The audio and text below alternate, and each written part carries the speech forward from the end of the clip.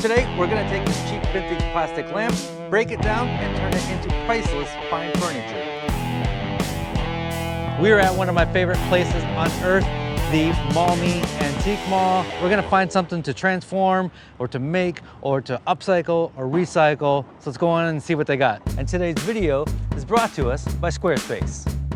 This is an interesting shape.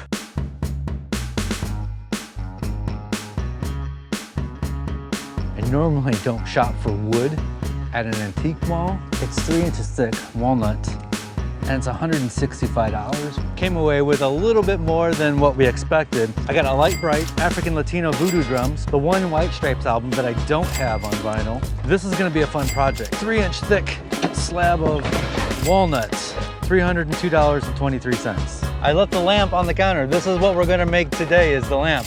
And I almost left it there on the counter. First thing we need to do is take this apart, see what we got. If we just recreate what's there out of wood, we can then add embellishments later.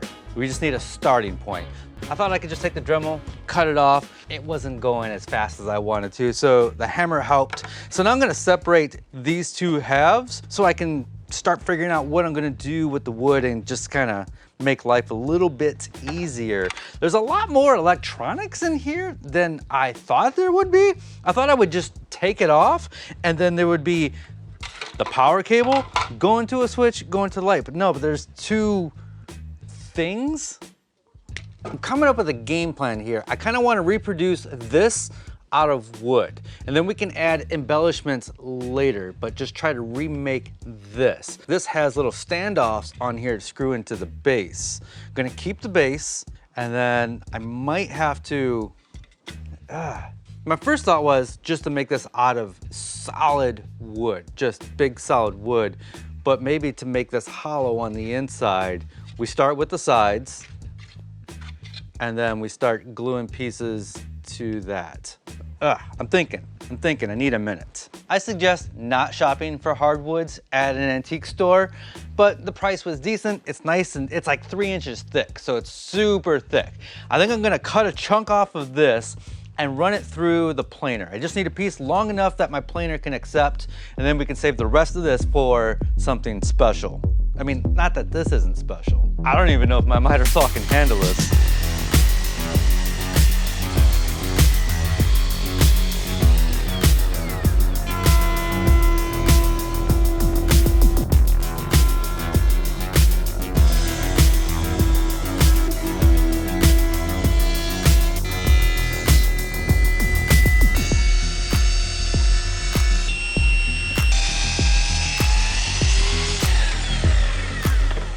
So we got that monster cut down. I got all sides square and flat now. It gives us something to work with. There's some unusable stuff down here in a big crack.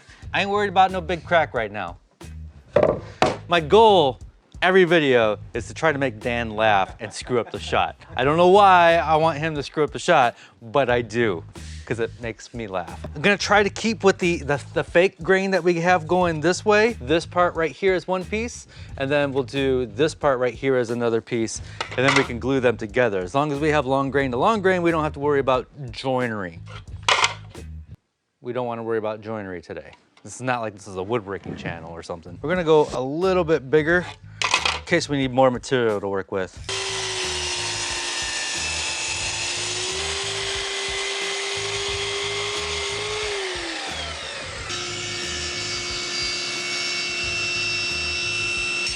So I'm gonna draw the angle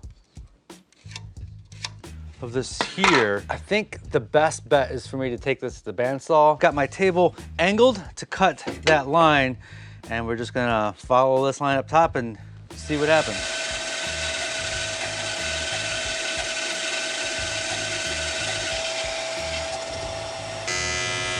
I've got this part of the base, and that's gonna go like that, and then we can use that cutoff, and that could be the back. And so we can cut that out. So this is coming together really good. But how do we hollow this out for the buttons and make room for this? My thought is to take this waist piece and resaw this and cut a little sliver out of this. Then we can remove all the material here, glue on that veneer that we're going to make, and that should work. Since we're gonna make that veneer out of this piece right here, all the grain should match up pretty close. I'm getting really excited because I didn't know how I was gonna do this, and it's all working out. You just do one cut at a time, worry about the current step, figure out tomorrow's problems tomorrow.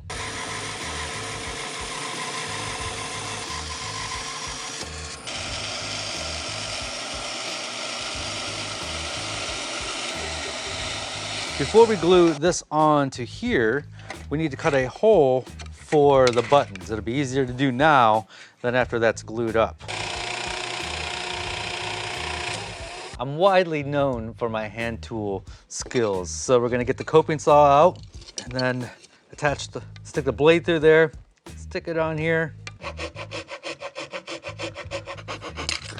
Damn it. Ah!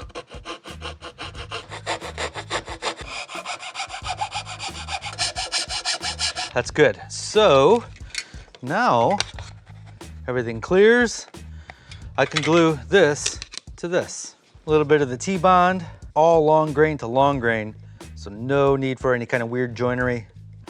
Just glue it on there. If we do this right, we can get our grain to line up and you won't really see the glue line. We're switching from clamps to tape.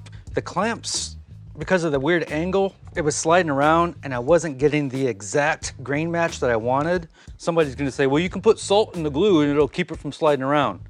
I don't wanna put salt in the glue to keep it from sliding around. Although that would probably work. So that piece is drying, so we can work on the back here. So I can take this, use this as a template, what's left of it anyway, and draw that shape. All right, so we can take this over to the bandsaw and cut that out.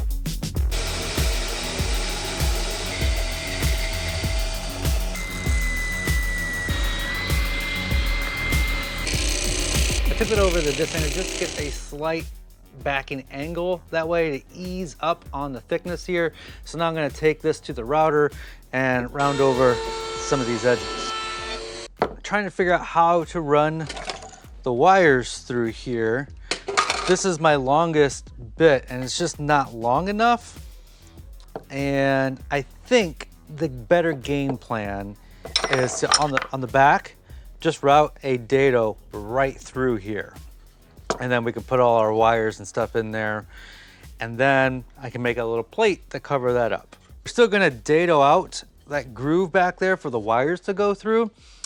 But a couple of challenges is how do I get this to be secure into this? We've got two thicknesses right here. And I'm gonna drill one hole this deep for this thickness and then drill into that hole this thickness so that kind of fits down into there. Rule 4. It doesn't matter if it doesn't work because rule 4. So now we got the smaller bit in there and we're gonna drill down the rest of the way, and in theory this should fit in there. In theory. Now we can take this over to the table saw and cut that groove. So I've got my blade set to cut into that hole. So I'm just gonna use the miter gauge here and just kind of eyeball that center and just run this all the way through a couple times, just wide enough to get those wires in there.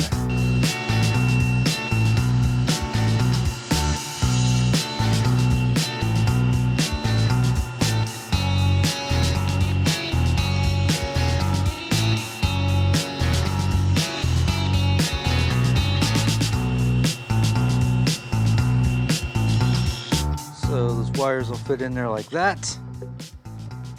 It'll go in there like so.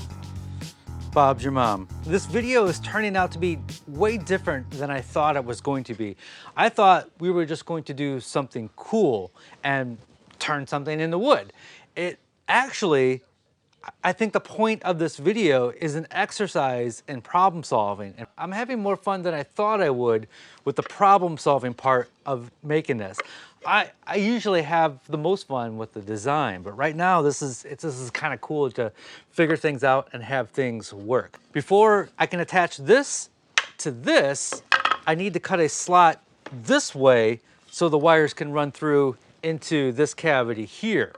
And then I also want to run a couple shallow grooves on both sides of this groove so I can have a plate kind of fit in there and close all that up. I knew I was gonna have fun today. I didn't know that I was gonna have fun with the problem solving part. Usually that's the painful grrr.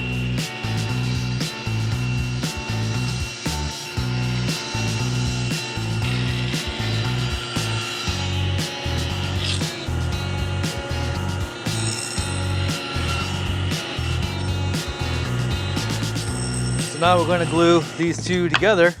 It's going to look like one piece, one complicated piece. Such a simple project is just bringing so much joy to my day.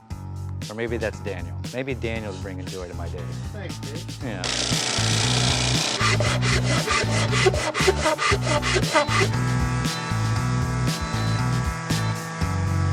And in the place where you live. This is looking pretty. So this is looking pretty darn good. These things right here are interfering. I can't get this on, so I have to mortise this out. And I think what I can do is take this to the table saw and just rat out big chunks right here. And then this back piece that I make for here can cover up that whole, all those shenanigans back there.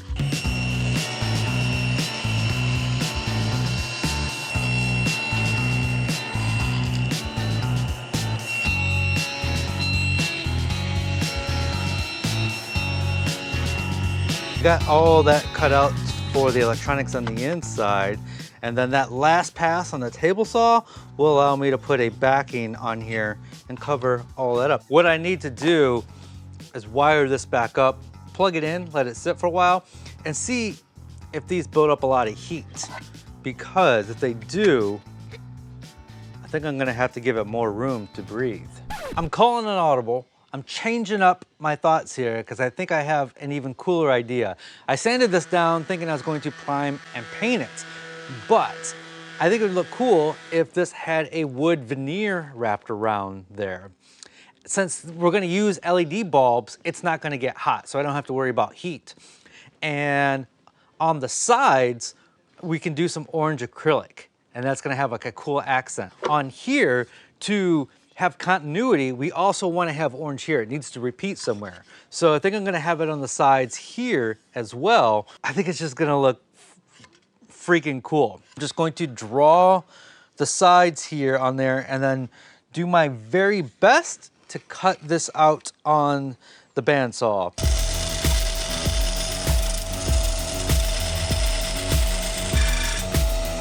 I'm mixing up some 4-minute epoxy. I'm just gonna glue on the sides here.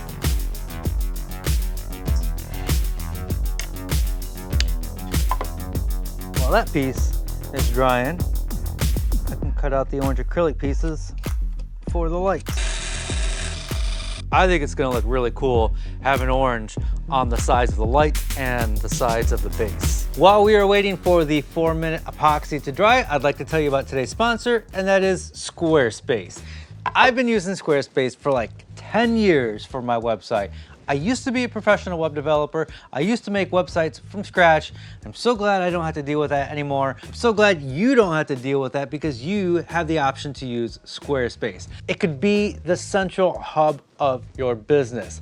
You probably have got a whole bunch of social media feeds. You can bring them all into Squarespace to have one central place. I use Squarespace in many ways. Not only is it my website, but it is also my eBlast service, and I host my domains through Squarespace. It is super easy to use. They have award-winning templates. You don't have to be a graphic designer. You don't have to have an eye for what's good. Just start with one of their templates and you're good to go.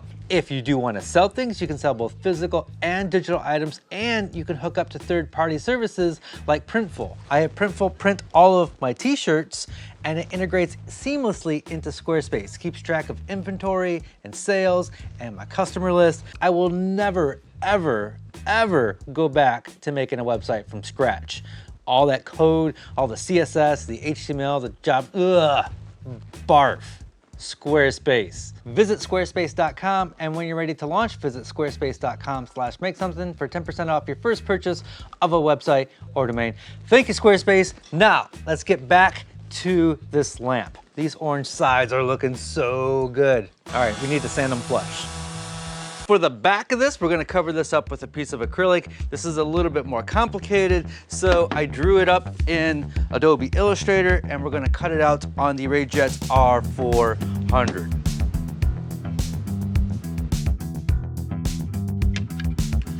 Oh, that's so satisfying. The plan was to take some veneer and glue it to this, but some of those sharp turns are gonna make it really difficult.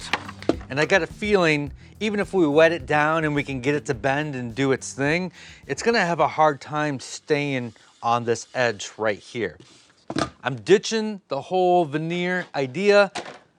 That was going to be the easy way. I think instead, what I'm going to do is cut my own super thick veneers and just glue it on there. We'll just square up the whole thing, and then you'll see.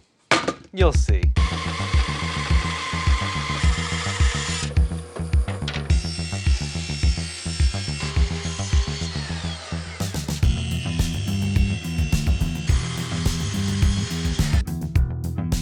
And then just using some 4-minute epoxy to attach these wood pieces. We'll let that sit and dry.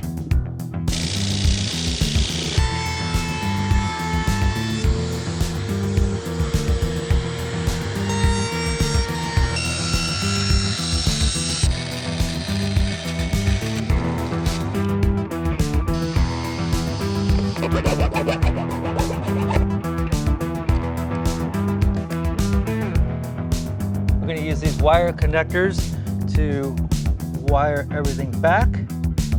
Just slide it over there, slide this in here, and then heat that up.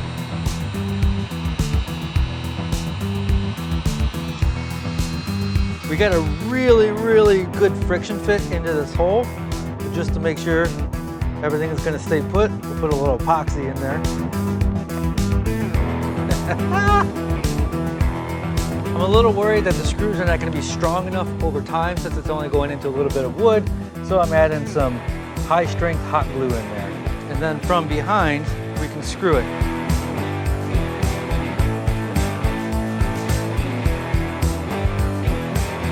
One final thing to totally set this off, I'm going to use this Trolaze Metallic. ProTech has an awesome store of some really cool laserable materials. Let me know down in the comments if I should make the 2-cushion rebound game next, or if I should do the Light Bright. Both of them are going to be really fun.